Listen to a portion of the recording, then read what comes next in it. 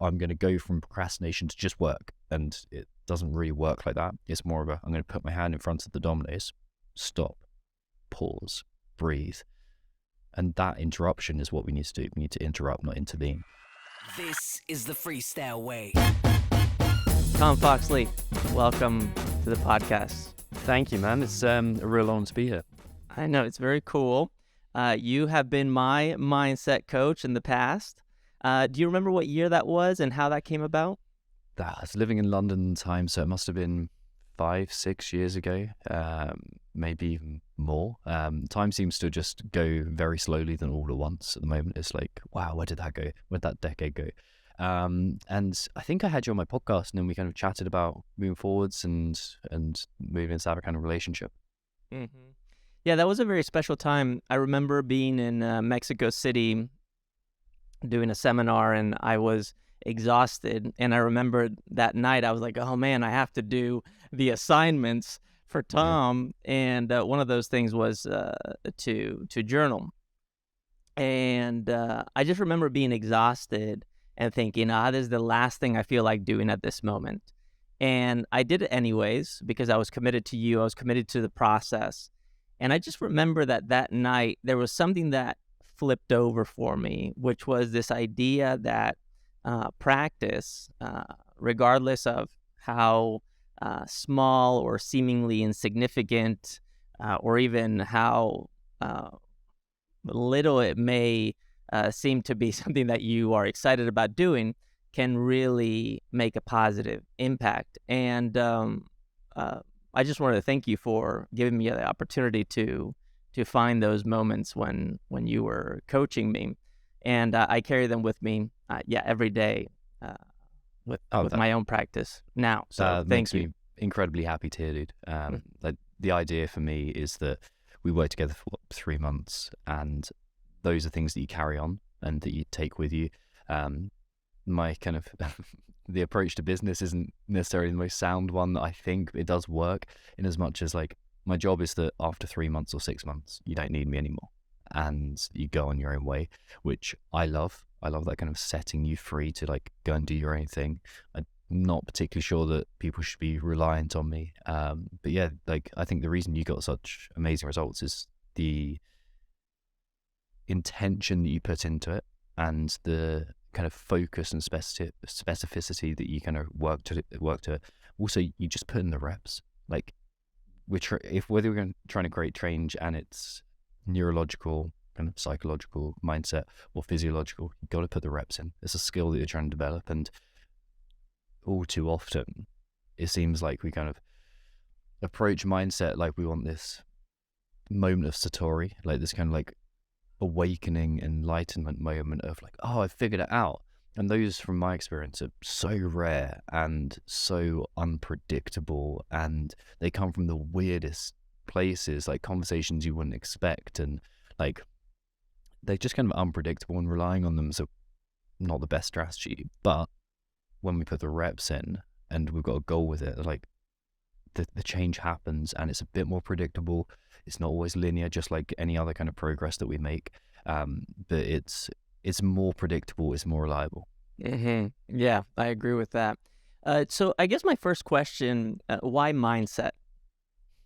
Yeah, it's funny, like the more I think about this, the less certain exactly I am where it came from, but it seemed like there was always some sort of awareness within me of like, this is, I seem to be thinking about life on a deeper level than, not deeper necessarily, but a different level to everyone else. Like, I remember, like, why is no one questioning why we're doing the things we're doing? Like, being like 8 years old or 7 years old, like, why is no one questioning the meaning of life? They're just playing football, and they're probably a bit happier at that stage. But anyway, I was a bit more like why are we doing these things? So I think it's always been in me to question, like, why we do the things we do. But inevitably it happened because of my own challenges and like running up along my own difficulties, like pretty bad anxiety, which I now realize as a kid. Eventually got diagnosed into something that was temporarily diagnosed as sudden death syndrome, which is a heart condition, which doesn't sound particularly positive. Is essentially anxiety-induced palpitations. And that was enough to kind of get my attention, as you can imagine.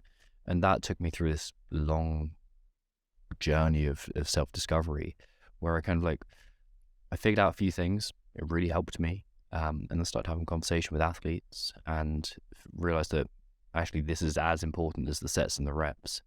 And like, here's your back squat, but also let's chat about why you didn't quite push to where you could have done, or that self-doubt that was holding you back from that, or the fear of judgment in the gymnastic skill that you're learning. And I was like, maybe that's the real conversation that I can have. And like, and it's kind of, you find your own little niche, don't you, by thinking about what can I offer, what is unique about me, and what does the world need. I think, is it Ikigai that you talked about? Yeah. So yeah, you kind of think about that meeting point in the Venn diagram of those things, and like somehow right there, like it kind of as much serendipity as intentionality. Yeah. So what's the difference between a mindset coach and a therapist? Again, there's crossover. There's like a gray area, and it's something that I'm getting better and better at, like marking out. My personal opinion is that a therapist, typically in my experience, is working with people who are getting back to baseline, and they've kind of dropped down below whatever the norm is. I seem to be working with people who are at the baseline, but kind of maybe lacking a bit of direction, and they're lacking a bit of intentionality in life, and maybe they can see that the challenge they're facing is kind of psychological in nature, but they know that they don't need a therapist. They want to go forwards as opposed to get back to where they want to be, or back to kind of a midline or average. So that's where I draw the line. And when I'm kind of, it's a tough one though. Like there is definitely crossover between the two. And like, I've got so much from like conversations with therapists, like, oh, that's something I can translate, but I'm typically not treating sickness or illness. I'm kind of moving toward the other side of like if you use CrossFit's continuum of sickness, wellness, and fitness, like moving more from wellness to fitness. I like that. Yeah, that trend makes sense to me, and something that I've been also thinking about in terms of therapy and mindset development, so to speak. It's almost like in therapy you do a lot of regression, which is important because I believe that regression is progression. But you do a lot of regression that's reflective, that allows you to gain a new perspective, which you also do when you're working on your mindset in general. But it feels more like present thinking by retrieving information from the past. Mindset feels more like you're creating a vision of the future, and you create a reflection of the future that allows you to see who you need to become. Furthermore, what beliefs you need to develop to be able to get there. And I don't know if that resonates with you, but if it does, how do you leverage that in the approach to working with the clients that you currently interact with, and what does that process look like? Yeah, like it's definitely less a kind of analytical approach, and more a, let's make some progress and see, let's go through a bit of trial and error, and let's test a few things out. Like, and it's less instilling new beliefs intentionally and more kind of freeing from those kind of beliefs that are limiting. But I think it's also important to point out that nervous system regulation just has a huge role in this. And like the more traditional sports psychology kind of tools like visualization, like and pre-lift routines, like they have a huge impact as well as that kind of more therapeutic side of things, or the more kind of rewiring. So we talk about RRP, regulation, rewiring, and performance. And where I'm working is like a meshing together of all of those. So typically what it looks like is we spend a couple of weeks gathering some stats about like, okay, what's your sleep like? Because if you're not sleeping properly, like we can do everything that we want. We can do all journaling you want, but it's going to be so much more like sticky. It's like really hard work to get through. So we focus on that to begin with, like nervous system regulation. We measure what's going on, like if you're whoop strap or anything like that, like what's your HRV? Can we look at that as well? What's your light exposure like? What's your steps like throughout the day? Like I'm looking at people like, okay, you nasal breathing most of the time in this conversation, or you mouth breathing? Like there's kind of few things like that going on. And then we start to dig into that story as well, like kind of like the therapeutic approach that we spoke about then. It's like, can we dig a little bit and just see where things come from, and not to continually guess at the source of it, but more to get an idea of like, okay, what's the general feeling tone of your life? Like, what's it like to be you? So can I understand what kind of thoughts are there, what kind of emotions, what physical sensations, what kind of behaviors you engage in? And then also, like, if they're a CrossFit athlete, we're looking at what's your training like, what a competition experience is like.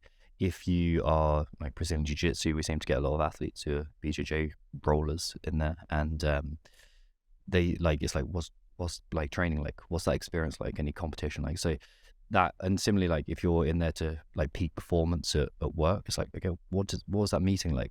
How did that go? So we get an idea of where we're at, and then we start journaling, we start adapting some nervous system stuff. We start with like, can we get some distance between those routines? Do we need to get meditation in there? Do we need to get visualization in there? And we start like building out this custom package of, this is what works for the individual. Yeah, so individualized prescriptions seems to be the key to success.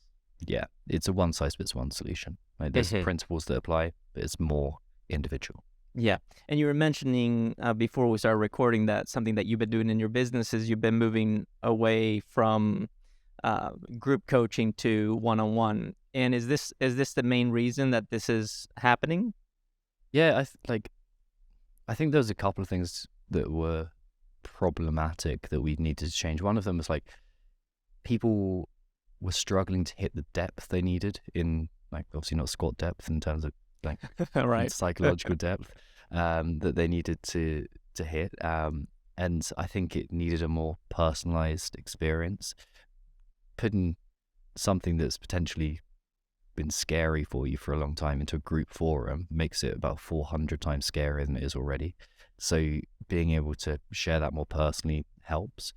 And then also, like, it's, if you're thinking about the kind of relationship you want with a coach like that, I think it's a more intimate relationship. I think it's more kind of you and I together as a team, as opposed to, oh, when I've got 5 minutes, I'll reply to your messages. And more like, okay, I'm struggling with this now, can I shoot you a text? It's like, that's more, it's more personal. It's more enjoyable. It's like, I think it's more enjoyable for the athlete, but it's also more enjoyable for me as well. You get like way fewer people, but the results you get are more intentional.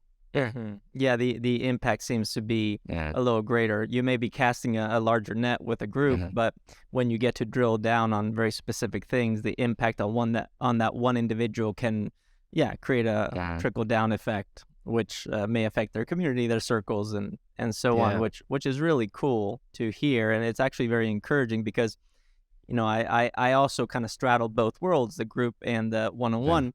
And I always wonder which is the one that I enjoy the most and which is the one that's making the most impact. And I'm hoping that there's a middle ground, but who knows? Maybe you have to choose. But regardless, sorry, I'm going to jump in there because I think it's an interesting point. I actually caught my own bullshit quite early on in that as well, because I realized what I was doing is, by going group, I was protecting myself from failure. Like, because we're doing it at such a scale, like working with like 100 to 200 athletes at once. It was such a scale that I was protecting myself from really making the changes. And I could logically justify reasons for some people not getting the results they could, and just go, oh, okay, it's their fault they didn't go through the process. Whereas, like, I actually had a really good friend reach out to me and talk to me about kind of marketing and like the image that I was portraying as well, but also like he called me out on my own bullshit so kindly and in such a like generous way, but it really honestly and truthfully. And it was a moment of reflection. It's like, actually, I am just protecting myself from hurt and protecting myself from the fear of not being good enough, which is what I think so many of us spend time doing in various different guises. And it it really required that honest reflection. And I think like that was the key there. It was like someone showing me the truth more than I'd seen already. That's fantastic. And what was it besides the hurt that you were protecting yourself from? Was it something else? Yeah, so I think it was, so if I go back to my story and like the bullying side of things, like, so that was my identity for years. Like, I was the kid that was bullied, and I still find myself like latching onto that. Like, socially, I was like fearful of being rejected socially, and like, because that's how I felt for, I don't know, maybe 12 years of my life. So like, I think I was protecting myself from feeling that way again. So what I did is I created a series of different like forms of armor that just sat in front of me that wouldn't let anything through, in terms of vulnerability in lots of different ways. And I think that was like, it feels like that was one of the last layers to come off. I got really good at like emotional vulnerability with my then girlfriend, now wife. Like I kind of worked through those stages. I got better at like training as well, vulnerability needed in training. Like, oh, I'm going to expose myself to risk and to the potential of failure and the social judgment there. But like, I created this kind of like identity around Mindset Rx'd and the business that I was running of like, I'm going to sit back here and everyone else can do their own things. I can spout my own wisdom into the world, but if anyone doesn't get it, they're wrong and it's their fault, rather than it's like, oh, it's me, it's on me. I'm a teacher, I'm an educator in this, I'm a coach. Like, it's my job to explain this better, and part of that is connecting with people and taking responsibility as well, like, or not necessarily responsibility, but ownership, as much ownership as I could possibly handle.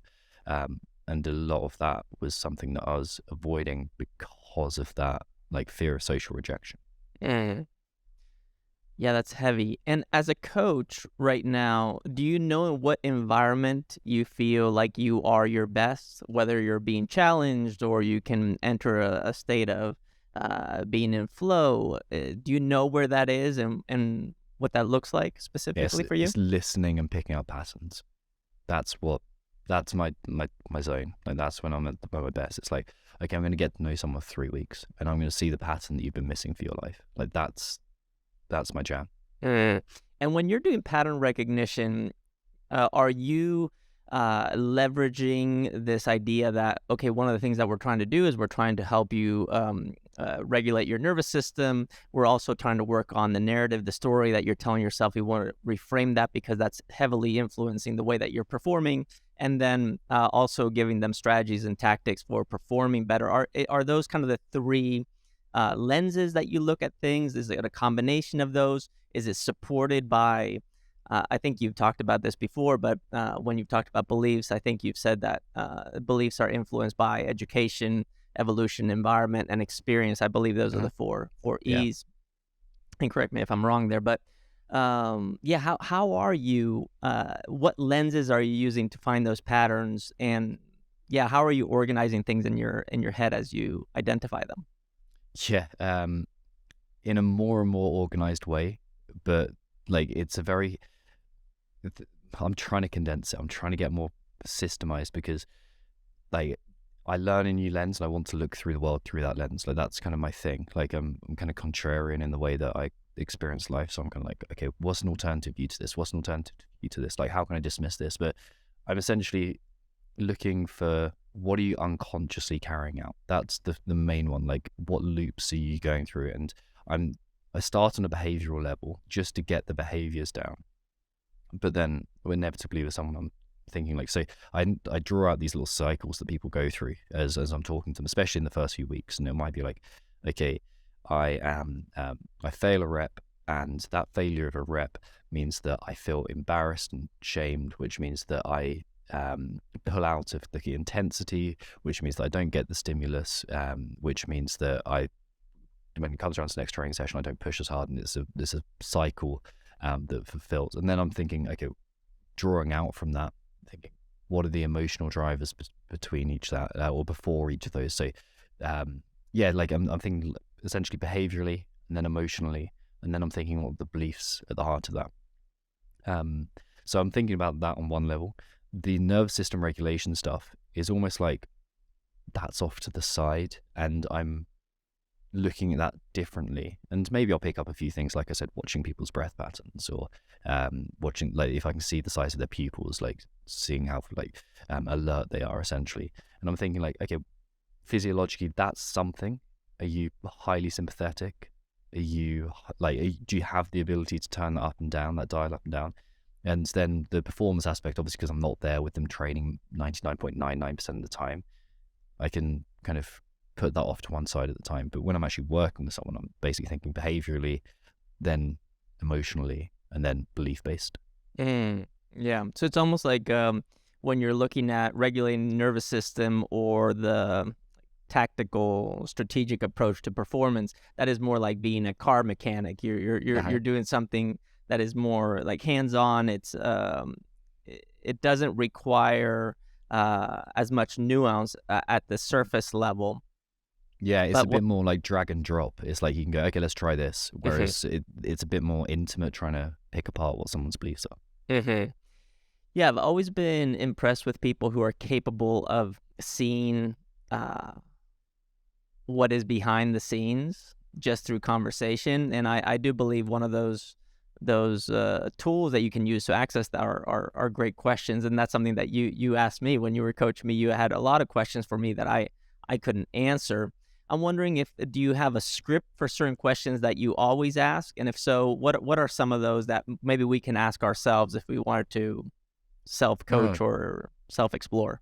Yeah, I've never used like a script per se, but the phrase I use time and time again is, okay, tell me more about that, and I'm just leaving it open. And I think the one way that I've changed most as a coach since I worked with you is I shut the hell up way more.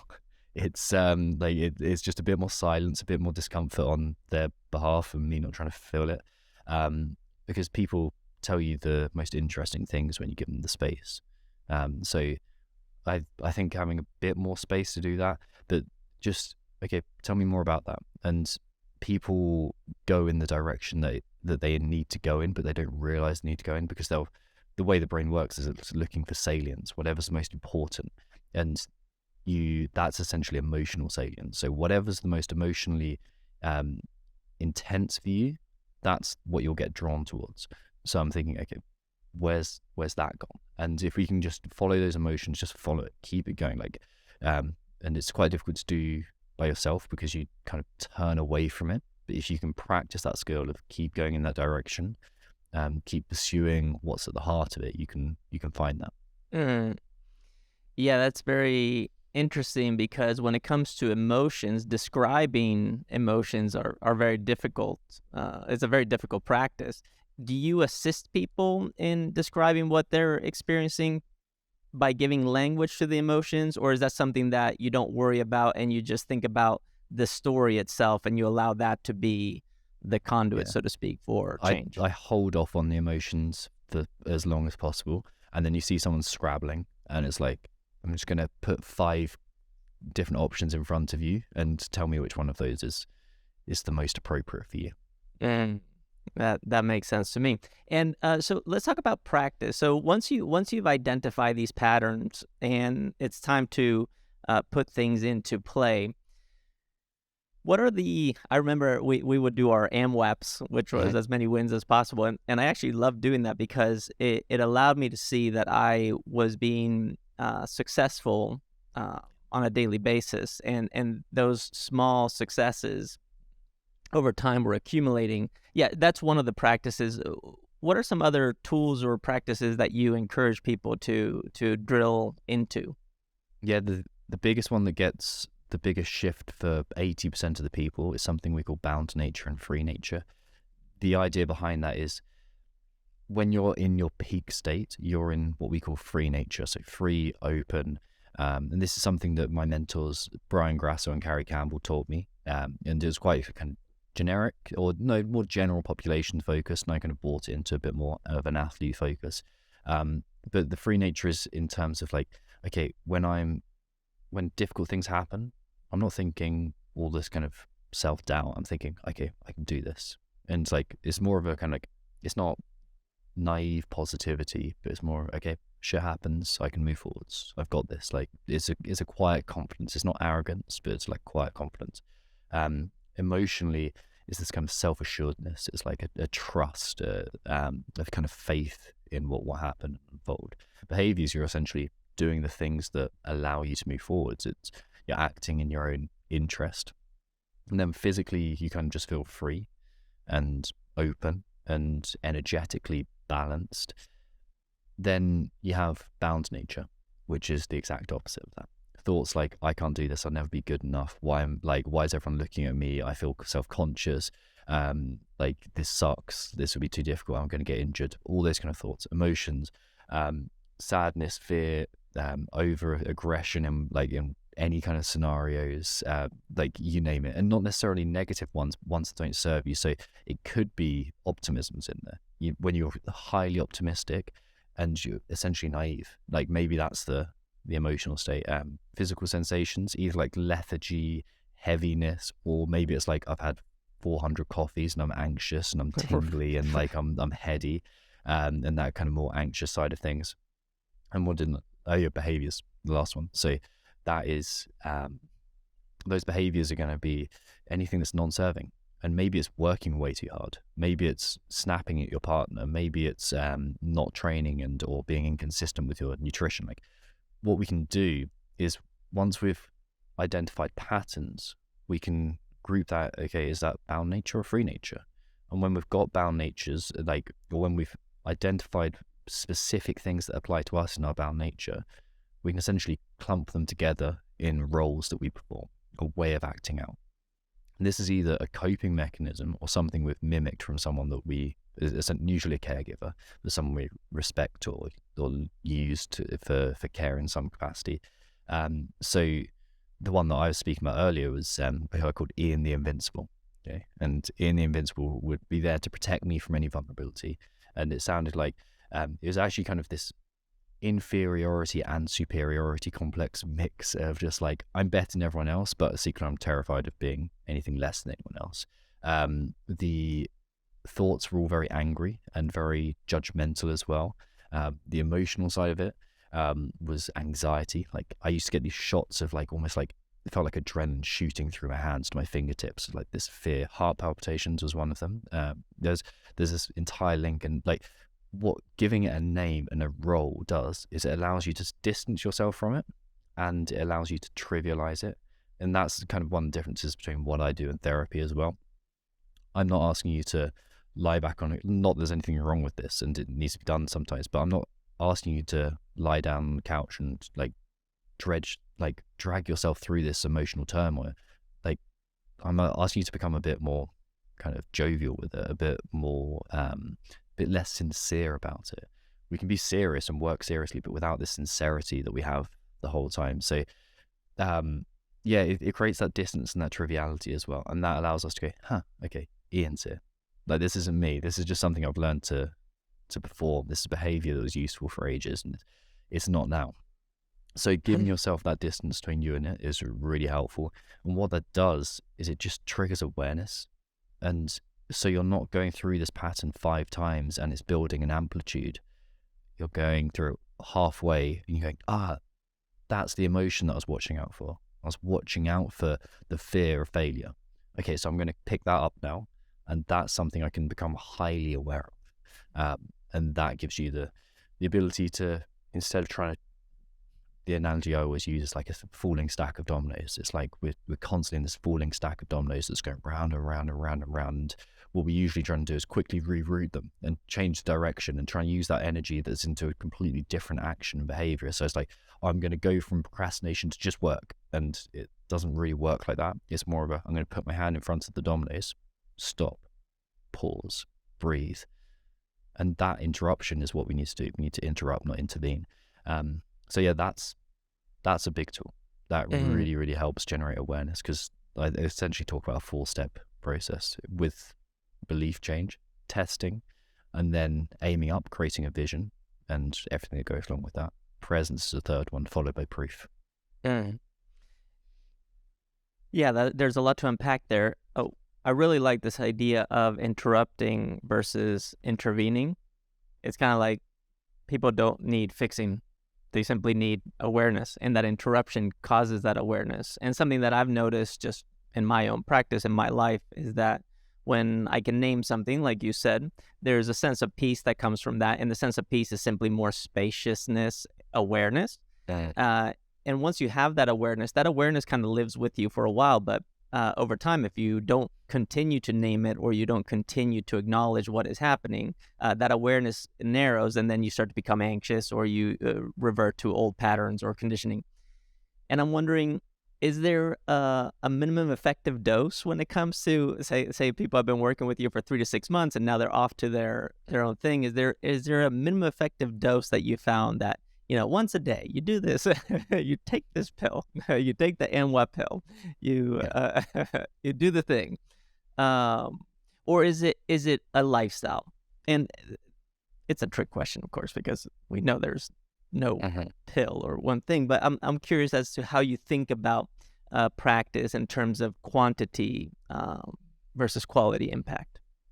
It does seem like there's parallels we can draw with physical training, where it's like keeping up the consistency, greasing the groove, just repetition after repetition, like doing what you know you need to do. But there's a point that we get to that we call spiritual bypassing, where you're kind of doing the reps, but it's like you're doing them with like polystyrene empty plates. It's like you're kind of moving through the process without actually uncovering anything. And this is one of the reasons we changed to a one-to-one, like you're with us for 3 months of it, as opposed to you're signing up to a gym membership, because people would get in that loop and then they'd get frustrated and they'd be like, why aren't things changing as quickly? And so there's one way that mindset change happens through putting the reps in, and we're consistent with it. But it does seem like you kind of break through a barrier, and you can think about that as peeling layers of the onion, or like kind of separating that bound nature from who you really are, the kind of shedding of the skin. And you break through that, and it takes a lot of work to go back through that, but you can slowly kind of creep in on it. So it seems like instead of doing like regular reps, it's like punching through the layer, taking a bit of a breather, and then punching through another layer. And that seems the best way to go. But generally, like, I've been doing mindset work in a specific way, an intentional way, for almost a decade now. And like, it's more like I go by feel. It's like, what do I actually need? If I'm feeling like massively overwhelmed and I'm stuck in a bit of a rut, I'll go through the exercise we call observe your inner athlete, where I'll just stream my consciousness out into paper. Like whatever I'm thinking goes down there, and I'll do that for a week or so, and then look back at it, and then whatever patterns are there, I'll have a look at it. If I'm feeling like, what do I actually want out of my life? Am I feeling driven? I'll like think, okay, we're going to create a vision of success. What am I doing to get there? And like, what are my markers of success, my milestones? What's an anti-vision as well? Like a premeditatio malorum is like a useful exercise. So the Stoic exercise of premeditating death, essentially, like what don't I want to happen will be the opposite of success. So there's techniques there about moving forward. And if I'm feeling a bit in a slump, or if I'm feeling like I'm not making kind of the progress that I should be, whatever that word means, then an AMWAP, like set as many wins as possible. What did I do today that I usually take for granted that actually moved me closer towards success? Because most of the time we are doing way more than we give ourselves credit for, and we're spending all our energy counting scars and not our wins. When you said the anti-vision, I thought that was pretty powerful. I've always tried to stray away from what seems to be negative on the surface, but a lot of times knowing what's not going to work allows you to see that what does work. So it's kind of like, here are 10 ways for you to fail at improving, in anything, back squat or your mile time or whatever it may be. Do you have strategies for that? Yeah, writing it out in detail, getting to know it. Like, what's the are we talking about like premeditation? Here are 10 ways you can guarantee to fail. Right? It's okay. Like, don't sleep, don't eat, okay. don't warm up, stuff like that. They're all of them. Yeah. No, there's so many. Yeah, sleep is the big one. Be completely unaware, like if what you're trying to. Be unaware of your own emotional states. Like spend all your time telling yourself you're not good enough, and then find proof to reinforce that. The list is endless for what you can do to fail. I suppose it's endless for what you can do to succeed too. It depends how you define failure and success as well, because there's plenty of people who force themselves to a very high level of performance and then lose everything that really mattered to them. You can like take very public examples like Tiger Woods, for example. That Tiger Woods' life comes, and anyone's comes as whole. Like you can't break it up into parts and go, I'll have my relationship that I've currently got with Tiger Woods' golfing abilities. That doesn't work. You've got to take the whole thing, take it wholesale. So I've lost my train of thought. Yeah, it was a tricky question too, and it was more intended to evoke this idea that sometimes when we look at the mechanical things, it's easier to find the path versus what is happening internally, which seems to be very convoluted and abstract when it comes to your thoughts, your beliefs, and the way that you process information. And wondering how you could work on the inner workings through a more practical, mechanical way. And it's not something that I believe there needs to be a formula for, because I think every individual is unique. There is, yes, a pattern that is general, but everybody is unique. Thus, it's hard to find an individualized, a universal prescription that can work for everybody. And that's why I think coaches like yourself are out there, because we need you. We need you to extract that information. And where my mind went to when you were talking about visualizing, in terms of visualizing, how do you practice that? What do you visualize? Do you visualize the end goal? Do you visualize the process? Do you visualize both? What does that practice look like? It's useful to understand the end goal and to use emotion. Like, this is again a big shift that I think I've experienced between working with you and currently, that I used to think about, like, if you visualize the end goal repeatedly, then subconsciously you figure out a way to get there. Like, there's I can't remember who said it, whatever you plant inside the subconscious and nurture with repetition and motion becomes your reality. Like, that used to be a big guiding feature for me.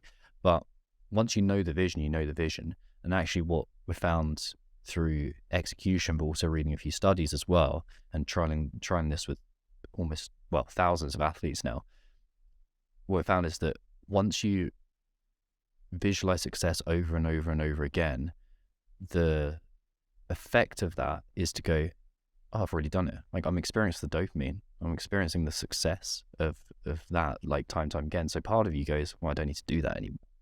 I don't need to get there. Whereas what we want to identify success with is the hard work. And there is hard work in success, however you define it.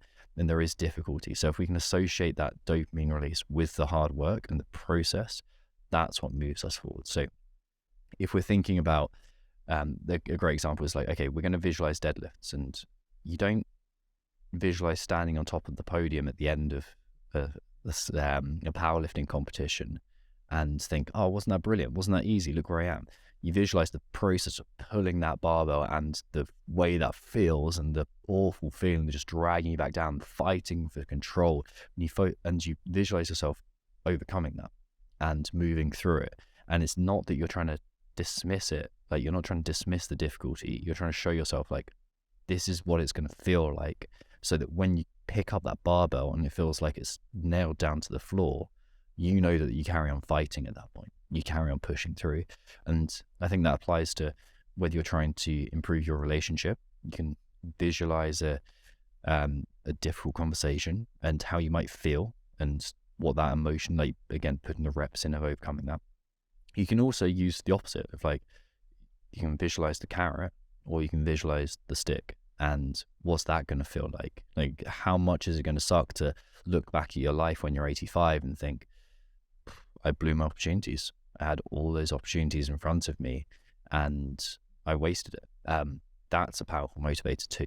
We can't do that too often because it's really hard work and it's really heavy. But, like, if certain athletes I work with aren't putting the reps in that they need to put in, like, that's a useful tool, because of, like, I think we can all visualize what that would feel like to go, like, I let that slide, and that classic deathbed regret of the things that you didn't do as opposed to that you did do. I think that's something we can use to drive us. Yeah, what drives us? Well, unconsciously, beliefs. That's why we're working there. I think there's, again, like you said, where do those beliefs come from? Evolution, so the biological things that are hardwired into us, so negativity bias, that drives us. Then we've got experience, your wins and losses in the past, education, what you're implicitly taught. And so I think that's the most powerful. Environment, did I say? Environment's like the environment taught, and then education, what you're explicitly taught. Those I think are what will drive us. And then obviously, like, you can put trauma into that, and I'm not a trauma expert. I know a bit about how it works, but I'm definitely not a trauma expert. We can put that in there. We can look at like the kind of the survival mechanisms for your organism that's driving you to, like, the social fitting in as well, like the acceptance socially, the drive to, I think if we really look at it, one of the most powerful ones is evolution. Like, that force pushing through us is like forcing us to pass on our genetic code. Like, that's the driver of a huge amount of what we do. Yeah, evolution is a big one. yeah, it's bigger than your eye. Right, that one's really, really big. Talk to me about helping people create an environment that is conducive for their growth. Do you help people design an environment or encourage certain things that are conducive for them to be able to journal better, meditate better, do the practices that you recommend? Is that something that you work on? What usually happens is people start to change their environment through the work that we do, and they find something that's right. I'll usually reflect back on them things that aren't working and allow them to make their own decisions. For example, the people they spend most time with. I'm not a complete believer in the 5 people you spend the most time with is the average of who you become, not because it's not true, but because you don't want to sacrifice some of those relationships because they're more important than the attainment of your goals. So there's that there. But I find that usually people are fairly receptive to changing their environment, and shifts just kind of happen. They start to move toward the type of person they want to be, and they start to, like, design the way they spend their time as much as anything. They start to carve out a bit more of a sacred and purposeful and intentional space to work on their mindset in. So I feel like the environment through conversation just comes along for the ride, and, like, honestly, there's probably more I could do there, but it seems to be working at the moment. Yeah, and are you aware, or is there even an answer to this question? I don't know, but how much experience does one person need to get enough evidence that it turns the mindset over into a new state of expression and new beliefs, and just simply creating a new self or expression of the self? Yeah, it's either one hugely emotionally powerful event, or one or a repeated exposure to the same stimulus. So there's one example where I just, how can we do this and get into it? Okay, so on one holiday with my now wife, I was there, and, like, we're having a lovely time. Constantly in this back of my mind was like, I'm stressed about what I'm creating. I've got to get back to this. Like, I've got, like, fear, like, it's driving everything. And, like, that had been my entire narrative for my whole life, like, just complete fear driven, like, kind of got to get away from, like, this failure that I could see time and time again, until it all got too much. Somewhat of a breakdown ruined the holiday, or a bit of it, especially one day. And that was enough of an emotional realization to shift entirely how I acted, because I was like, this isn't about me anymore. This is about something bigger than me. This is about both of our futures. This is about potentially, if we have kids, like, our kids' future. Like, this is no longer about me. This is bigger than it ever. It's bigger than it ever was. And it's like, that was enough to drop the fear, actually, become way more fearful of something else, and go towards the future that I actually wanted, and to break through my own bullshit as well, which is just this constant pattern that I think we're all going through. So one very intense, painful moment can be enough. If it reflects you towards truth, hopefully that's beneficial. Or repeated exposure. Like, if you can count your wins every day for 3 months, and it's specifically in the face of, I don't believe I'm good enough, and you show that you're putting it, or I believe I have to be perfect, so let's use that one, and you prove to yourself, like, I move forwards in all these different ways by putting the reps in, and I failed here and I put in ugly reps here, and I was uncomfortable here, and I felt like everyone was watching me here, but I still put the reps in. I still made progress. Like doing that repeatedly for, well, people start to get results after 2 weeks with us, really, but like do that for 3 months and you're on it. Mm-hmm. Yeah, it's like there are several studies on habit formation, and apparently after 3 days, you're starting to groove a pattern in your nervous system that says, yeah, this is something that you start to crave, but it can take up to 250 days or something like that for it to stick. And just hearing you speak about this just is something that I wanted to hear from you, because I know that everybody is looking for the quick fix. And a lot of times there is not a quick fix unless there's something very acute that happens that unfortunately can be also experienced as traumatic, and thus get recorded in your body as something that is negative rather than positive. And then you have to dig yourself out of this hole, and that's maybe where a therapist comes in, or maybe even a psychiatrist, which is something a little bit heavier. But it's cool to hear that these small wins and being able to do that for 3 months is something that's where you can find success. There's more in your control, and it can be very impactful in the long run. Now, shifting gears, you are in the self-improvement industry, and so am I. And I have had a challenging relationship with that industry, because I do see that it is beneficial, yet the way that it's presented, especially in the social media circles, and when it comes to maybe bigger accounts or bigger names out there, that it's unhealthy in many ways, and it can prey on people who are desperate to feel better. What's your take on the self-improvement industry, self-help, and how are you contributing to the problem, and how are you mitigating the problem and making it better right now? Yeah, it's a really complex issue, and again, there's a line that I have to work hard to stay the right side of. At the end of the day, I think in order for someone to sign up to any kind of coaching service, they have to experience some sort of pain to drive them forwards. But I've been on like kind of business development courses where it's like all you do is hammer these pain points, and it's like you just talk about pain points over and over and over and over and over again. And whilst that in the short term is great for me and my business, it's not great for society at large. I find that is a kind of giving people the reason to change and asking people like, okay, why is it important now to move forwards? It's important. Like they need to understand the ramifications of that. But the constant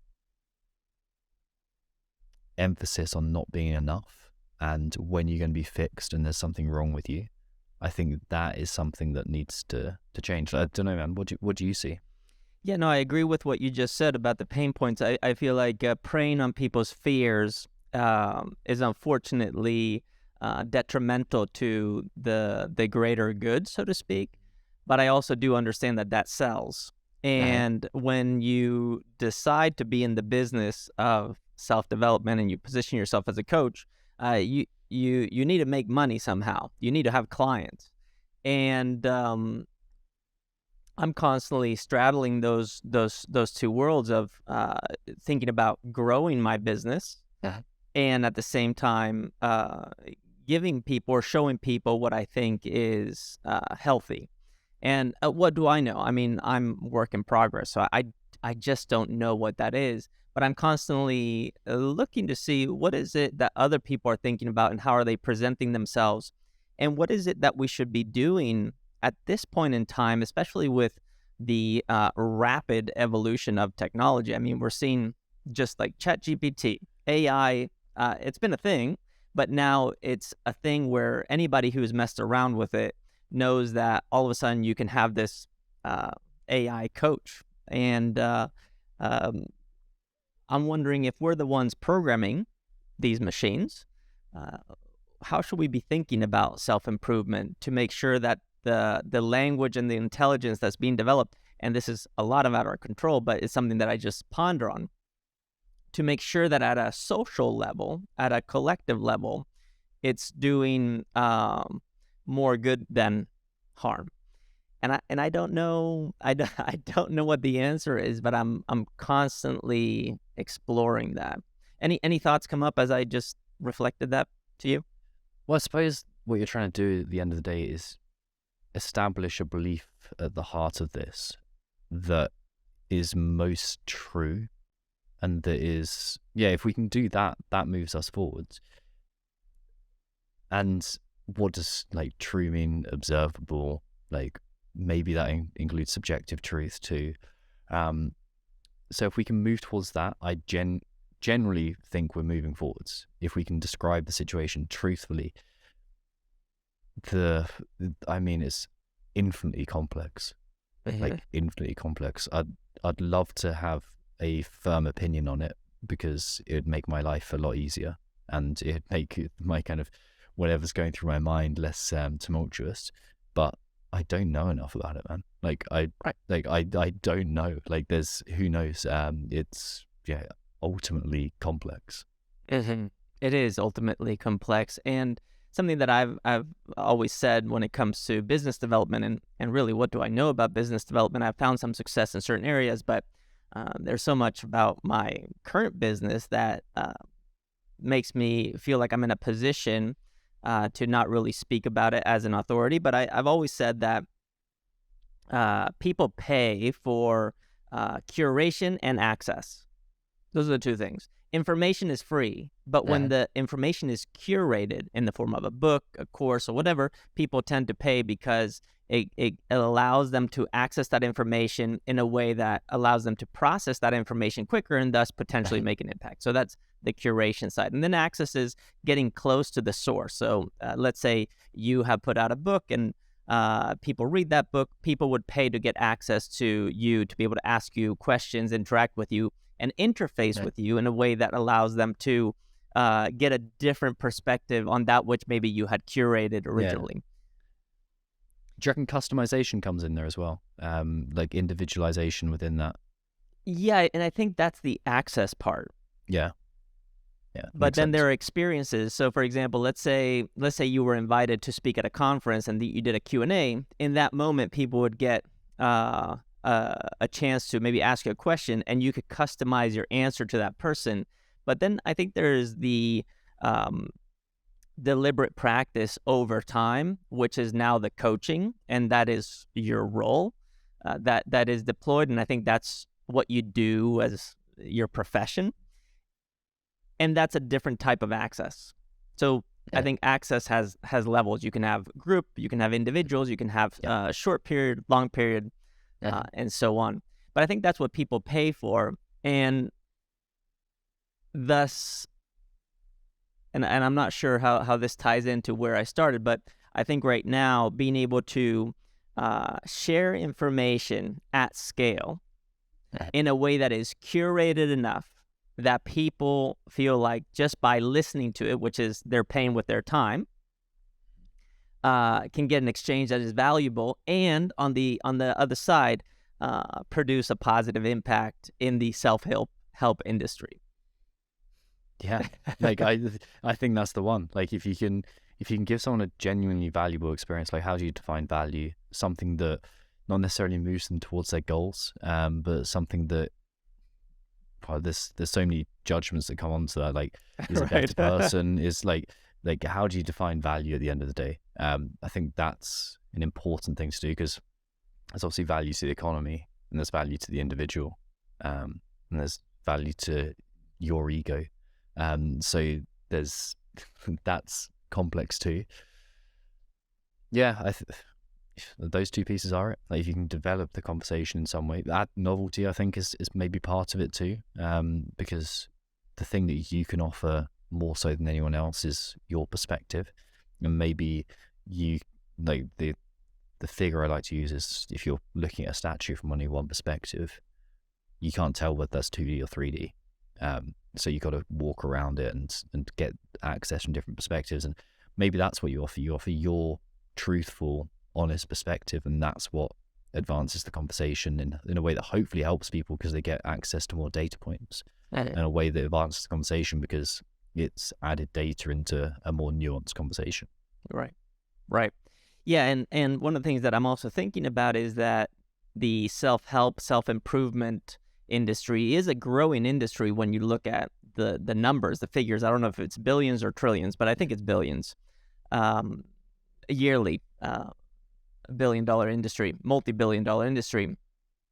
But if we were to do our job really well in sharing information publicly, I'm wondering if we are in a dying industry or if it's an industry that's going to be capped at a certain level because eventually everybody who actually wants to make an impact is going to drill down to the point where you are right now saying, I need to do one-on-one work and it's temporary. And eventually I pass away or everybody on the planet has been treated because we have enough resources that allow one-on-one access, and thus everybody's healed, and then the industry ends there. I don't know what your thoughts are on that, but it's something that I ponder on often.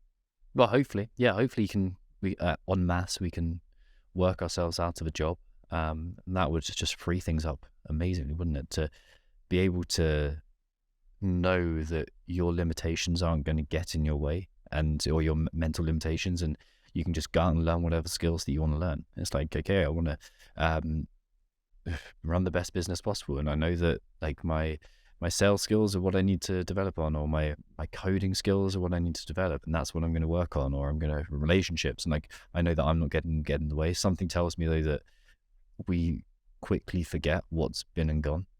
Hence why everyone's rediscovering Taoism and Stoicism at the moment.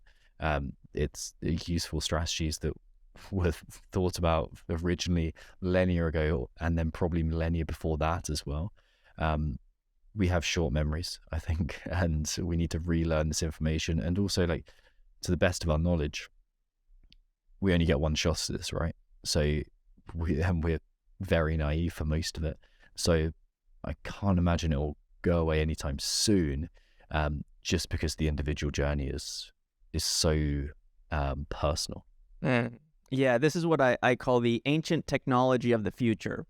It's something that as humans, we're always going to go back to that which is us today, and that's what's leading us to the future. Thus, this is a never-ending state of evolution or progression. Yeah. And being able to live there is impactful. But anyways, changing topics, in the last decade of you being a mindset coach, which do you call yourself a mindset coach? Is that what you? Yeah, I do. Like, I think so. I think I do right now.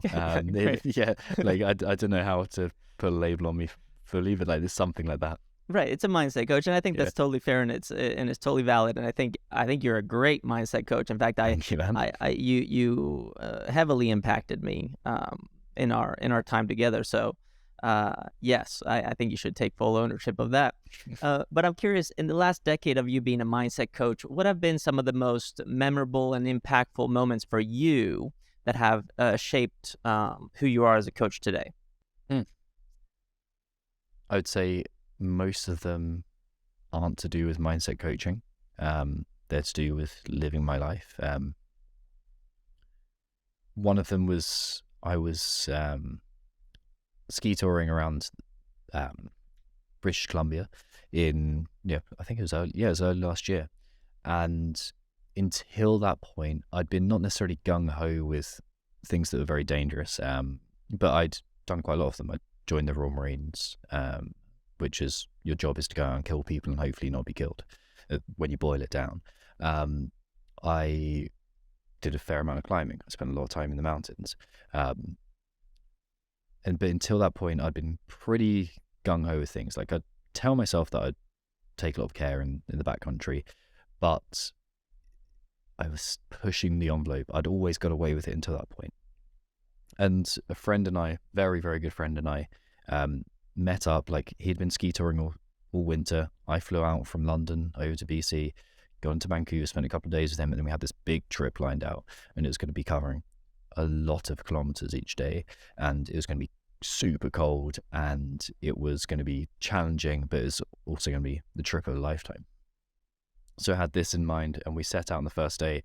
Got to the car, the parking lot, had a little chat with the husband and wife there, said goodbye to them, said stay safe, as you kind of always do, and also polite Canadians, like it's always the way to do things.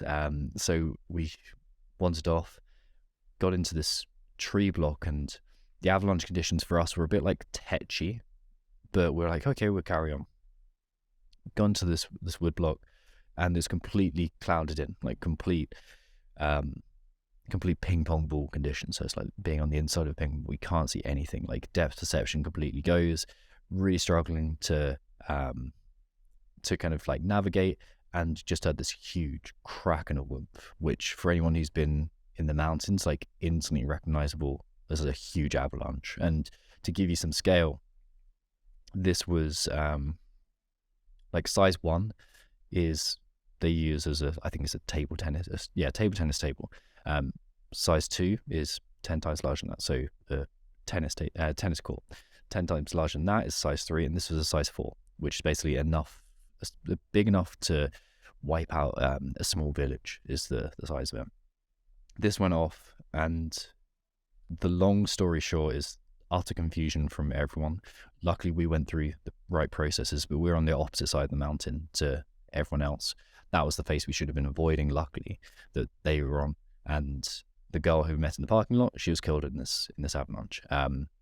We couldn't even go over to help because it was too dangerous over there. I wanted to go over, and if I went over when I said I wanted to go over, I would have lost my life, because another one came, and then another one came, and another one came. It just kept on stepping down and triggering further up as more people came to the area. But that really taught me to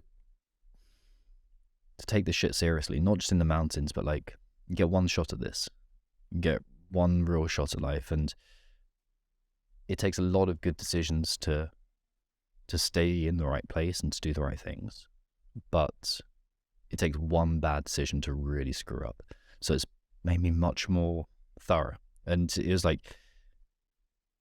yeah, it still gets me emotionally. Like you might be able to hear my voice. Like still, like the thing was difficult. Was not actually like the rescue process. It was being on the other side and not being able to help. Like that was tough. Like because like you just want to go in and help, but like yeah, it really taught me like one shot, like just one shot, and like that's one of the things that drives me and makes me care for like the interactions with the athletes that I have as well. It's like, okay, I get one shot at this conversation. I'm going to make it count. Like we get the present moment where we can make decisions. Future's an illusion, past has been, but like what's this moment, this interaction that I can have with this athlete? And like there's been times like that. Like that was probably the most recent big impactful moment that shifted, not necessarily my style of coach. Yeah, I suppose it did shift my style of coaching in a roundabout way and how I interacted with people. But I don't know, it's one of those things that's awful on the surface, but probably like you can only use that as a beneficial thing for you. Mm-hmm. Yeah, and that benefit propelling you forward to something that you can be hopeful for, or that you can really give everything that you have to, and kind of leveraging that story, which is heavy, but it seems like it has made a positive impact on you. Yeah, what are you excited about, or what are you looking to that is something that feels right to you right now when you think about the future? It's going all in. Like it really is going, which has come so cliche and so kind of is said the whole time. But again, like one of the things that came from that was like just fully commit to what you're doing here. Like we spend so much time like half-assing, like trying to go in like one foot in one part of success, and like no, I want to be in. You kind of want to have everything, but it's like I'm going to truly commit to this. Stephen Pressfield's book, both the War of Art and Turning Pro. Turning Pro was one of the best books that I read because it was like commit to this, and that's all I'm really focusing on. It's like if I truly commit to this moment and go pro for what that means for me, and in terms of that's balancing turning pro as a mindset coach, but also as a husband, and also as an athlete, and also as a mountaineer. Like if I can turn pro in this moment right now and act to the highest level of that, I don't really need to worry about the future because this moment in itself is meaningful enough. And I think that's really like when you asked me what drives us earlier, I think meaning, like, really it's like what's meaningful to you. All those influences, they create meaning, and the brain seems to be hardwired to identify meaning. So like if I'm living myself in accordance with turning pro, that is meaningful enough for me, and like that's what gets me excited. Yeah, we're meaning making machines, I like to say. So that's very, very accurate when you say that. I wonder, in terms of going all in, how do you do that? Because people are like, oh, finances. I mean, if I'm going to start a new career, how do I financially support this? Or expertise. How do I demonstrate competence? And how much education do I need? When am I ready? Is there a dial for that? Is there a way of measuring that? Yeah, I think it's away from what's worse and towards what's evidently better, and knowing that within that you're going to go wrong so many times.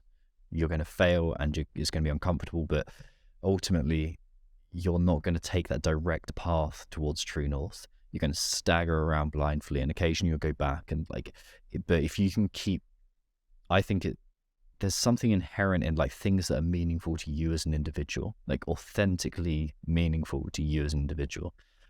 Those, like, that is a feeling that I think we go for. Like, I don't think it's logically justifiable, and like, we can kind of put like, okay, I've got to earn this much onto it, like to do this. Like, if I want to be the mountaineer that I really want to be, I've got to earn a certain amount of money and work a certain amount of hours and give myself, like, that's all logically. But like, if I can pursue that true north, that authentic true north, and go for that, I think that's the dial. Like, that's your internal compass, because your experiences, Carl, and my experiences give us a different true north, and they might run parallel to each other for a bit, but they'll deviate slightly. And that is as much your individuality in terms of psychology as it is physiology, as it is interests, as all these kind of things. I think that's what gives you the your ability to move forwards, to distinguish what's true north from someone else's true north. And for you, you said that it's moving away from what's worse to what's evidently better. And I think the key word there is evidently better. Yeah. What are the pieces of evidence, the key performance and indicators that say that it's evidently better for you specifically? Yeah. I think it's a feeling thing, man. Like, I think it's there's one way we can look at the world, which is just a hard scientific view, and there's another way, which is, I suppose, the religious view. I don't think either one of them is wrong, and I don't think either one of them is completely right, because there's a reason that religion is still part of today's world, and I'm going to say that at least one of them is wrong, because they contradict each other. So, like, one of them's like, they're probably all missing something, but they're also talking to a truth that is subjective. This is Jordan Peterson versus Sam Harris's debate about religion versus science. But then there's science, which is objective truth, and like these are your KPIs, the measurable, quantifiable, objective truths of like, okay, this is my income going up, and like it's a trade-off between them. And I almost think about it like yin and yang, and the Tao running the way, the path running between the two of them. Like, when they're in harmony, when that religious view of like, this is meaningful to me, and the scientific view of this is measurably better, like, when they're in harmony, that works. And like, there's one of the things that taught me that was a few experiences of plant medicine, of like, there's something here that I previously thought was utter crap, and previously would have dismissed, but there's something more to life. And that's a very feeling/religious based incentive. And then there's the other side, which is like, well, this table, this desk, because I almost knocked my Mac over, is real. It's real. Like, there's an objective reality to that, and need to survive, need to have relationships with people, and want to improve, and want to lift more weight, and all that kind of stuff. Yeah, it's a big one. When you say plant medicine, are you referring to ayahuasca, psilocybin? Both, yeah. A bit of mind has gone completely blank as well. Cacti, not San Pedro, but the other one. Yeah. Peyote or whatever it's called. Yeah. So, a few experiences with that. firstly recreational, and then in a more intentional and I suppose semi-therapeutic way.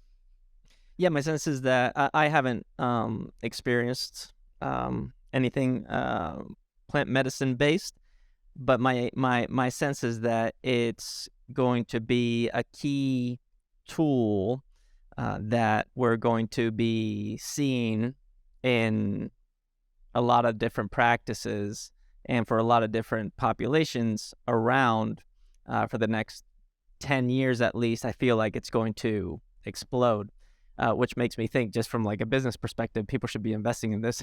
but Okay. but I think also people should be very open to what is to come, as I think it gives you access to a perspective that when you come from a purely logical, practical, objective, real earthbound point of view, you just can't get access to. Mm. You're missing something that's just as true as the earthbound stuff. Mm-hmm. And I'm very curious. I have no clue. I mean, I know nothing about it. So but I'm very curious to see what happens when those two worlds merge in a way that allow us to use our pea brains to understand it. And my hope is that people like yourself, will be key players in helping us understand. Yeah. Like, I think there's a lot of work to do there. There's really a lot of work to do there. That is something I'd be interested in as well, that the kind of combination of them. But I think it's trying to understand what experience is at the heart of it, and the more data points, the better. Yeah, I guess my final question is there anybody that you look up to or look to for guidance, information, mentorship at the moment that you would encourage people to maybe learn more about? Well, the most obvious one, but access is very restricted, is my wife. Like, she's the person that I look up to for mentorship and guidance and feedback, essentially, of like what's right for us. And like, am I becoming a little self-obsessed? Am I forgetting the things that are important to us as a family? So like, that's important. Jens Robinson would be the person that I would recommend to you. Another former athlete that I've worked with, but he co-runs a professional fitness coaches association in the UK, and he is the most generous and kind and thoughtful person, the embodiment of like all the values that you'd want, and also one of the best expert coaches in terms of physicality that I've ever met, but also combines that heavily with the mindset side of things. So I imagine there's a crossover of like functional fitness coaches who listen to this. Like, he's the dude. He really is the dude. He's the very kind, generous guy. Love it. Any final words? Anything that you would like to share with the listeners? Anything that they can take as a message to maybe lean into their own mindset practices, or anything that you just believe could be a seed that is important to plant at this moment? Yeah. There's the obvious one, that leaning into what's murky and dark is the way forwards. There's the myth or the story of King Arthur's Round Table, and he sends all his knights off in the pursuit of the Holy Grail, and he says, no, where do we start looking? It could be anywhere in the world. He says, wherever the forest is darkest to you. So like, darkest, most confusing, and painful maybe, and to you, like your individual version of that. So that's a nice place to start. I like it. Well, where can people get access to you, and how can we support you? Cool. So easiest thing, my Instagram, Tom Foxley, Foxley. Like, that's the host for everything at the moment. Starting to release some blogs at the moment, which is really nice to be writing effectively again. And the podcast, the Limitless Athlete podcast, that's the easiest way to follow what I'm doing. Wonderful. Well, I look forward to listening in, and I hope everybody listening got as much out of this conversation as I did. And Tom, I appreciate you taking the time and making this happen. Thank you so much, dude. I can't tell you how much I appreciate the conversation. Awesome. We'll do it again soon. This is the freestyle way.